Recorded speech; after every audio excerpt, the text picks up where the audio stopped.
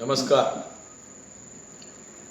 मोहोळ शहरामध्ये सुरू असलेल्या नगर परिषद निवडणुकीच्या संदर्भातून मी मोहोळ शहरातील शहरवासियांना, मतदार बंधू भगिनींना एक नम्र आवाहन करू इच्छितो की गेले 8 दिवस मोहोळ शहरामध्ये प्रचाराच्या फेऱ्या सर्वच आघाड्याकडून पक्षाकडून पूर्ण झाल्या. आव्हान प्रतिआव्हान आणि आरोप प्रत्यारोप झाले. मी प्रामुख्यानं सांगू इच्छितो की 2011-12 मध्ये माझ्या पत्नी सारिका क्षीरसागर या सरपंच असताना मी मोहोळ शहरामध्ये अतिशय चांगल्या दर्जाची कामं करण्याचा प्रयत्न केला. शहरातील नागरिकांना वेळोवेळी सर्व सुविधा देण्याचा प्रयत्न केला.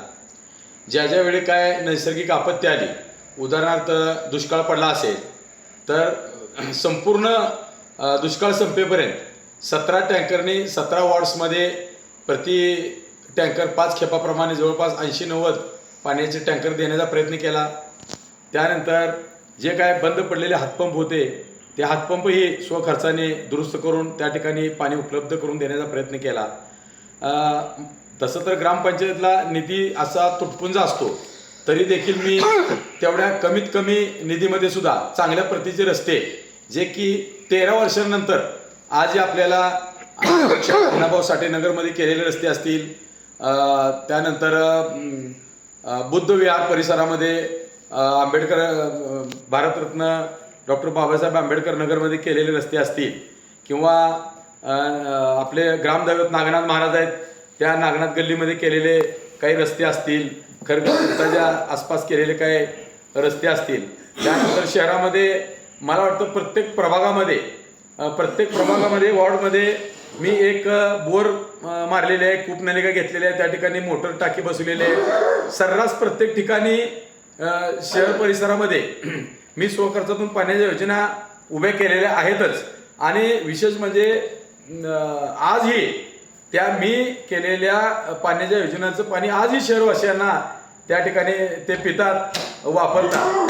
त्यामुळं पुन्हा एकदा या ठिकाणी मोहोळ शहरामध्ये चांगल्या पद्धतीनं नगर परिषदेच्या माध्यमातून काम करण्याची संधी या ठिकाणी आम्हाला क्षीरसागर परिवाराला प्राप्त झालेली आहे. आणि म्हणून आम्ही या ठिकाणी सध्या राज्यात आणि केंद्रात सत्तेत असलेल्या भारतीय जनता पक्षाच्या माध्यमातून माझ्या पुतण्या सुशील क्षीरसागर जो की नगरसेवक म्हणून ज्यांनी 10 वर्ष काम केलं, त्या नगर परिषदेमध्ये ग्रामपंचायत होती त्यावेळेसपासून आम्ही गेली 25 वर्ष सलग त्या ठिकाणी काम करतो. त्यामुळं त्या ठिकाणी काम करत असताना समस्या कोणत्या आहेत, उपाययोजना कशा करायच्या, अडचणीच्या काळात मार्ग कसा काढायचा, शहरवासियांना समाधानकारक कारभार कसा वाटेल, अशा पद्धतीनं काम करण्याचा आम्ही प्रयत्न केलेला आहे. आमच्या परिवाराचं या शहरासाठी, या तालुक्यासाठी गेली 25 वर्षापासून समाजकार्यात बहुमोल योगदान आहे. आणि हे शहरवासियांना किंवा तालुकावासियांना माहीत आहे आणि त्यांना विश्वासही आहे. आणि म्हणून मी आता या निवडणुकीच्या माध्यमातून माझे 2-3 प्रोजेक्ट होते की बाबा या ठिकाणी जो निधी येणार आहे त्यातून जी कामं होणार आहेत तर त्या कामाचा दर्जा हा उत्कृष्ट असला पाहिजे, जेणेकरून आम्ही सरपंच असताना कामं केली, आजही 10, 12, 13 वर्षानंतर ती कामं रस्त्याची जशीच्या तशी आहेत. त्यामुळं कमी निधीमध्ये चांगल्या प्रतीचे रस्ते देऊन जास्तीत जास्त शहराचा विकास कसा करता येईल असा आमचा त्या ठिकाणी प्रयत्न चालू आहे. आणि दुसरं म्हणजे या निवडणुकीमध्ये अनेक जणांनी एस टी स्टँडपासून स्टेशन रोडला गवत्या मारुती चौकापर्यंत जाणारा जो मेन रोड आहे तो मेन रोडचं काम व्यवस्थित झालेलं नाही. त्यामुळे धुळीचं साम्राज्य आहे. मी त्या रोडवरून असणाऱ्या सर्व व्यापाऱ्यांशी व्यक्तिगत गाठीभेटी घेतल्या. त्यांनी मला सांगितले की धुळीचं साम्राज्य आहे, रस्त्याचा दर्जा चांगला नाही, त्यामुळं रस्ता खराब झालेला आहे. तर काल ज्यावेळेस पालकमंत्री या ठिकाणी उमेदवारांच्या किंवा कार्यकर्त्यांच्या भेटीसाठी शहरामध्ये इथं आले होते घरी आमच्या, त्यावेळेस सर्वांसमोर मी पालकमंत्री महोदयांना विनंती केली की जो मेन रस्ता आहे, शहराची रहदारी वाढलेली आहे, लोकसंख्या वाढलेली आहे, तालुक्यातून या ठिकाणी दररोज ग्रामीण भागातून येणाऱ्यांचं प्रमाण जास्त आहे. त्यामुळं नॅशनल हायवे BSNLचं कार्यालय किंवा स्मशानभूमी आहे, तर त्या स्मशानभूमीपासून काकड्याच्या पारापर्यंत आणि तिथून नागनाथ मंदिर आणि नागनाथ मंदिरापासून पुढं लहुजी नगर, म्हणजे थोडक्यात आपण म्हणतो की जिथे बाजार भरतो आपला, त्या ठिकाणपर्यंत एक आम्हाला मोठा आणि चांगल्या दर्जाचा तुम्ही 24 मीटरचा रस्ता दिला आणि कळसेनगरमधून येणारं जे ड्रेनेजचं पाणी आहे ते कळसेनगरमधून येणारं ड्रेनेजचं पाणी, राम मंदिराच्या आसपासचं पाणी, नागनाथ गल्लीचं पाणी, हे सर्व पाणी सांडस कोपऱ्यापर्यंत त्या ठिकाणी गेलं पाहिजे, जेणेकरून तो जो ओढा आहे तो ओढा आज गटार म्हणून आपण त्या ओढ्याकडे बघतो. एवढं पावित्र्य आहे त्या ठिकाणी, मंदिर आहेत, मस्जिद आहेत, अनेक धार्मिक स्थळं आहेत. असं असताना त्या ठिकाणी गटारगंगा झालेली आहे. मग हे पाणी संपूर्ण ड्रेनेजचं पाणी जर सांडस कोपऱ्याला नेऊन सोडलं आणि हा 24 मीटरचा रस्ता केला तर खऱ्या अर्थानं या शहराची निम्मी वाहतूक त्या रस्त्याने होईल. म्हणजे नागनाथ गल्ली असेल, गौतम मारुती चौक असेल, चाटे गल्ली असेल, किंवा साडेमाळी गल्ली असेल, या भागात जाणारे लोक त्या रस्त्याचा वापर करतील आणि मेन रस्त्यावर येणारा लोड कमी होईल. आणि मेन रस्ता जर चांगल्या दर्जाचा केला तर त्या ठिकाणी शहरवासियांना खऱ्या अर्थानं अगदी पार्किंगचा प्रॉब्लेम येणार नाही, रहदारीचा प्रॉब्लेम, दळणवळणाचा प्रॉब्लेम येणार नाही. आणि दुसरी गोष्ट म्हणजे कॅनलवरून आता रस्ते केलेले आहेत.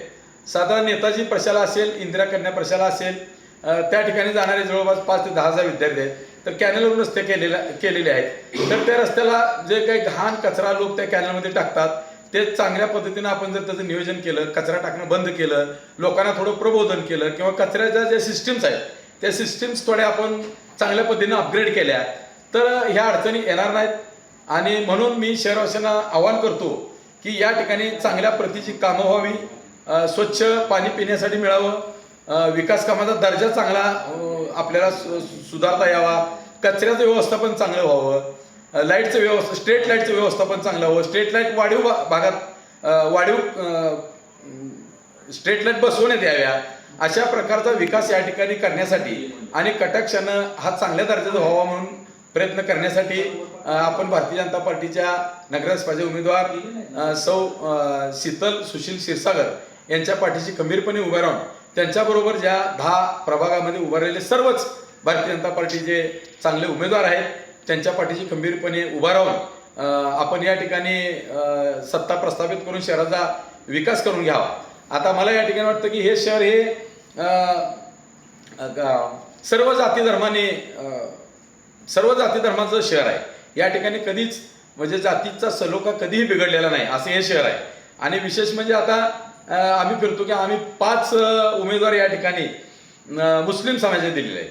मग लोक आम्हाला म्हणतात की तुम्ही 5 मुस्लिम समाजाचे उमेदवार दिले आणि चांगल्या पद्धतीनं एक सोशल इंजिनिअरिंगचा प्रयोग केला. तसं तर सर्व समाजातले उमेदवार या ठिकाणी आपण जास्तीत जास्त देण्याचा प्रयत्न केलेला आहे. परंतु विशेषतः 5 आपण मुस्लिम लोकसंख्या किंवा वोटिंग जास्त असल्यामुळं आपण त्यांना त्या पद्धतीनं न्याय देण्याचा प्रयत्न केलेला आहे. मी ज्यावेळेस 2014 साली विधानसभेला उभारलो होतो त्यावेळेस जवळपास या शहरातून मला 3,000 3,500चा लीड या ठिकाणी मला मिळाला होता. मी भारतीय जनता पार्टीच्या माध्यमातून उभा होतो. त्यावेळेस देखील मला सर्व जाती धर्माच्या लोकांसह विशेष म्हणजे मुस्लिम धर्मीयांनी मला खूप त्या ठिकाणी मदत केली होती. आणि अनेक वेळा आम्ही 20-25 वर्ष या शहराचं तालुक्याचं राजकारण करत असताना आम्हाला जातीची बंधनं कधीच आली नाहीत. सर्व जाती धर्माच्या लोकांनी आमच्या पाठीशी उभं राहण्याचा प्रयत्न केलेला आहे. त्याच पद्धतीनं याही निवडणुकीमध्ये सर्व जरी भारतीय जनता पार्टीचा या ठिकाणी पक्ष असला तरी सुद्धा या शहरामध्ये कधी आम्हाला म्हणजे असं जाती धर्माचा मतांचा अडथळा कधी निर्माण झाला नाही. कारण आमचे सर्व समाजाचे सलोख्याचे संबंध आहेत आणि आतापर्यंत आम्ही विकास हे ध्येय ठेवून चांगल्या दर्जाचा विकास कसा करता येईल, प्रामाणिकपणे कसं काम करता येईल.